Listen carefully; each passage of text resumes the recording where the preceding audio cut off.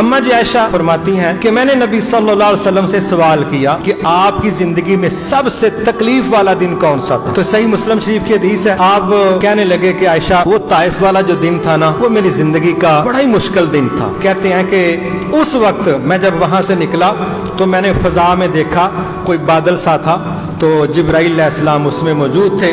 तो उन्होंने मुझे कहा कि मेरे साथ पहाड़ों का फरिश्ता आया है। तो पहाड़ों के फरिश्ते ने कहा अगर आप इजाजत दें तो ये दोनों पहाड़ मैं उठा के ना इस कौम को जिसने आपको सदमा दिया है मैं रगड़ के रख दूंगा, इनको मैं सैंडविच बना के ना पीस के रख दूंगा इनको, बस आपने इशारा करना है। सुभान अल्लाह, जिंदगी का सबसे सदमे वाला दिन है। और रिएक्शन क्या है? ना शिकवा, ना इंतकाम है, ना लहजों में सख्ती है, ना लफ्जों में सख्ती। 63 साल कैरियर में सबसे सख्त दिन है, अथॉरिटी मिली है। तो आपने इससे भी बड़ी बात कह दी। कहा नहीं नहीं, कुछ नहीं इनको कहना, मुझे उम्मीद है इनकी नस्लों से अल्लाह अच्छे लोग पैदा कर देगा। कितना लंबा काम था, वो तो कई दहाइयों वाला काम, लेकिन आप क्या अभियान दे रहे हैं? एक दाई अल्लाह को इतना लंबा सब्र रखना चाहिए कि इंतकाम लेने की बजाय वो इस आस पर लगे कि जब मेरी सिमत दुरुस्त है, काम दुरुस्त है, तो ये मंजिल मुझे 50 साल बाद भी मिले तो कोई मसला नहीं, क्योंकि मेरी डायरेक्शन सही है। आप कह रहे हैं नहीं नहीं, इनको कोई तकलीफ नहीं देनी, इंशाअल्लाह मुझे उम्मीद है अल्लाह इनकी नस्लों से अच्छे लोग पैदा करे।